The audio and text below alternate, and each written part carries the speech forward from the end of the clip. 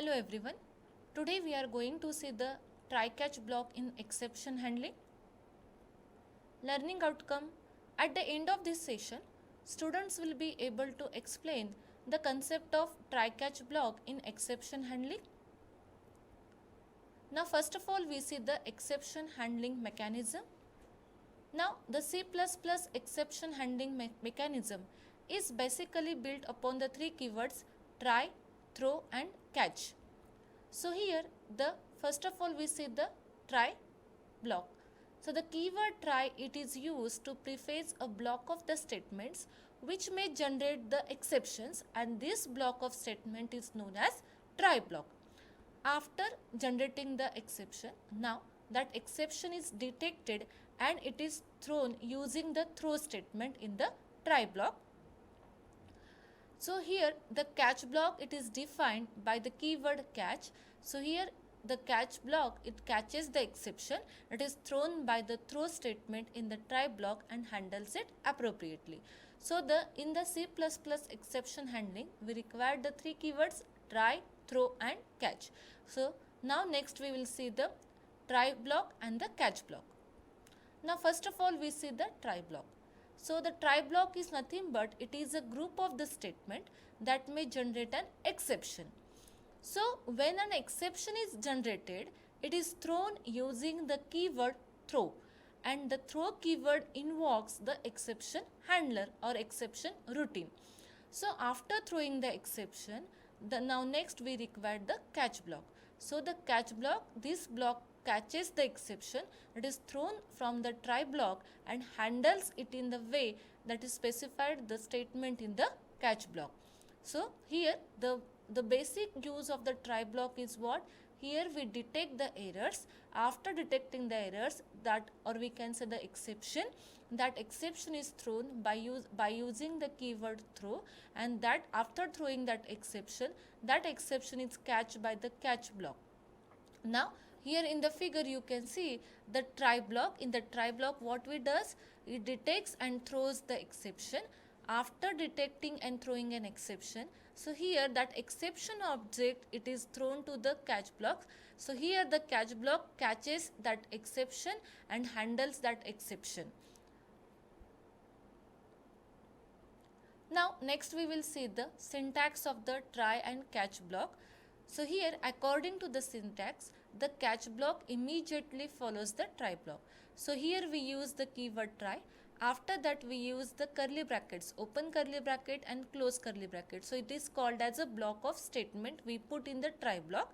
In the try block we detect the errors. After detecting the errors, that or we can say the exception, that exception is thrown by using the throw statement. So here we write down the throw keyword, throw and exception. After that we close that try block. Next we will specify the catch block. So here we use the keyword catch. In bracket we specify the type and argument. So these are the type and argument. Then we close the round bracket, and after that the catch block is having the open curly bracket and close curly bracket, which is called as a block of statement we put in the catch block to handle that exception. So this is the syntax of the try catch block. So try, we use the keyword try. We use the open curly bracket, close curly bracket. In between we write down the statement, and here we use the throw keyword, and in the throw we specify the exception, throw exception. So in the try block, this is the block of statement which detects and throws the exception. Now next we specify, after try block immediately we specify catch block. Catch, in bracket we specify the argument type and their argument. After that we specify open curly bracket and close curly bracket, and in between we specify the block of statements that handles the exception. So this is the syntax of try and catch block. Now in detail we will see. So when the try block throws an exception, the program control leaves that try block and it enters into the catch block. So here the exception is an object that transmit the information about the unusual condition, or that transmit the information about the problem that is occur in the try block, and that exception is throwing, that exception will be handled by your catch block. Now here the type is specified in the catch block. So this type indicates the type of exception that matches with the argument type in the catch block. Okay. Now that after that the catch block is executed for the exception handling. Okay. Now then the control goes to the statement immediately following the catch block. After handling the exception, now the control immediately come to the statement that is followed by your catch block. And then in case the type of argument that is specified in the catch, does not match with the type that is specified in the catch statement, in that case the program is aborted using the abort function, and which is invoked by default.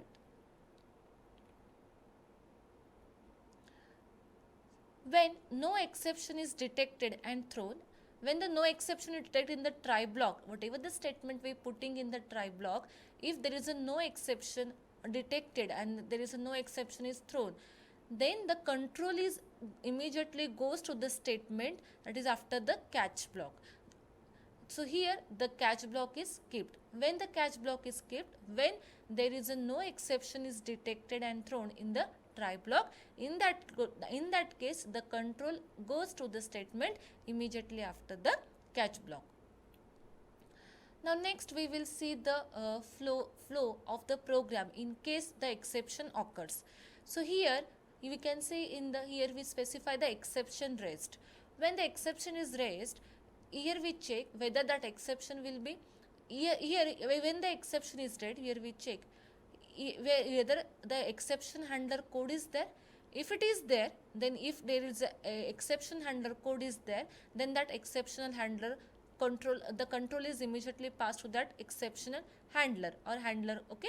If there is a no exception handler is found, then means or there is a no exception is raised in the program, then the program executes normally. So here if there is a no, then program executes normal. If there is an exception raised in the try block, then the control is transferred to the exceptional handler, and then after that if there is an exceptional handler is there, then program control is transferred to that handler. Means what, here the control is transferred to the catch block to handle that exception.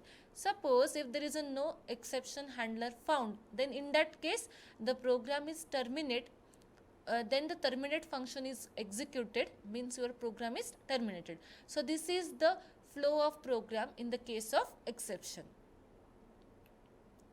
Now next we will see in the try catch block how we can throw the exceptions. So basically exception can be thrown by writing as follows. There are three ways of writing the exceptions thrown. First one is the throw, in bracket we specify the exception. The second one is the throw exception semicolon, and the third one is the throw. So now the operand exception in the first two syntaxes may be of any type, including the constants.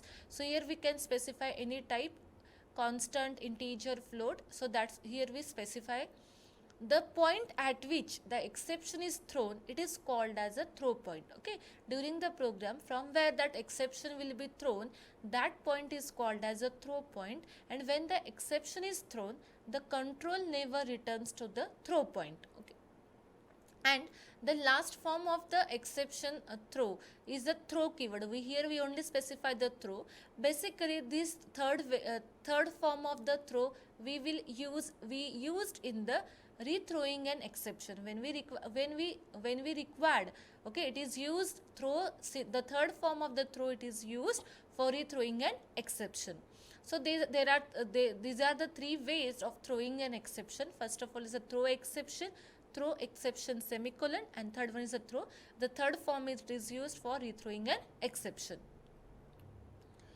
Now after seeing the concept of try and catch block, can you tell the answer of the following two questions?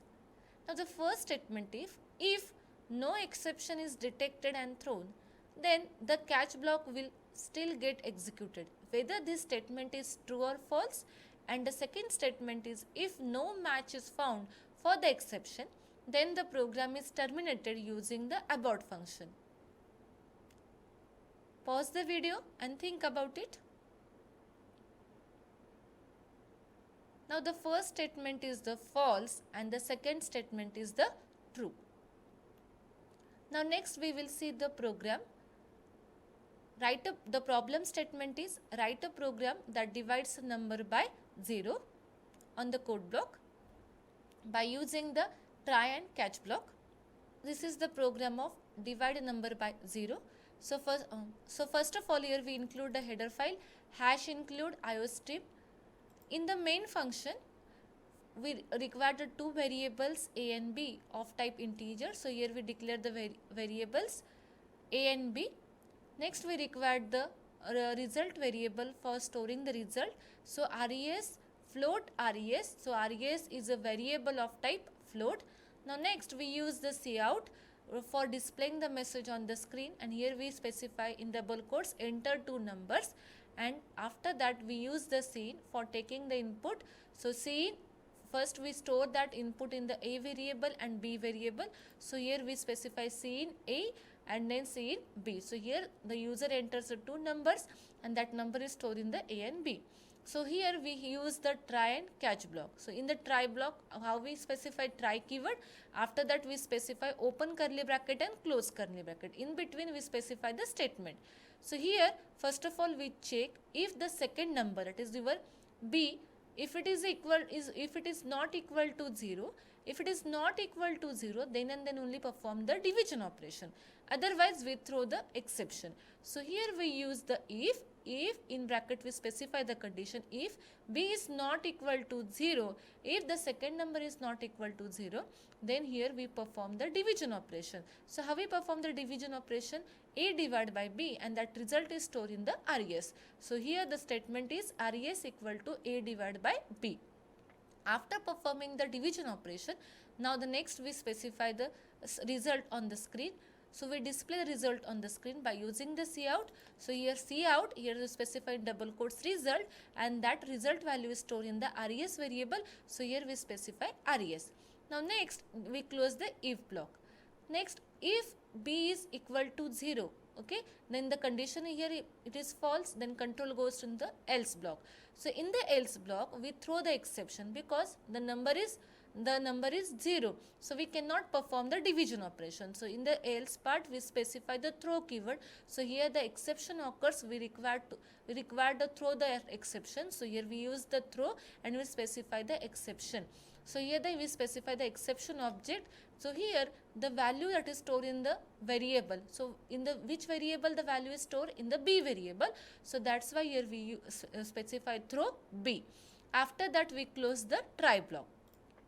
Here we close the try block. So this is the block of the statement we specify in the try block. In the try block, we first of all we check the exception, we detect the exception, and after that we throw that exception. Immediately after the try block there is a catch block to catch that exception. So in the catch block we specify the keyword catch. Here we specify the type int and here we specify argument b. So why we specify type int? Because here b is of type integer. So that's why after throwing that exception object is required to catch that exception. So here we create the variable of type integer because b is of type integer.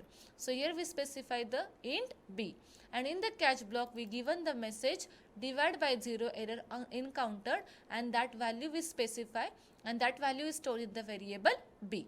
And next we close this catch block. So here the catch block catches that exception object and handles that exception. And after the catch block, here we specify one message exiting main, and after that we specify the return statement, return 0, and then we close the main function. So this is the code. Now next we will compile this code.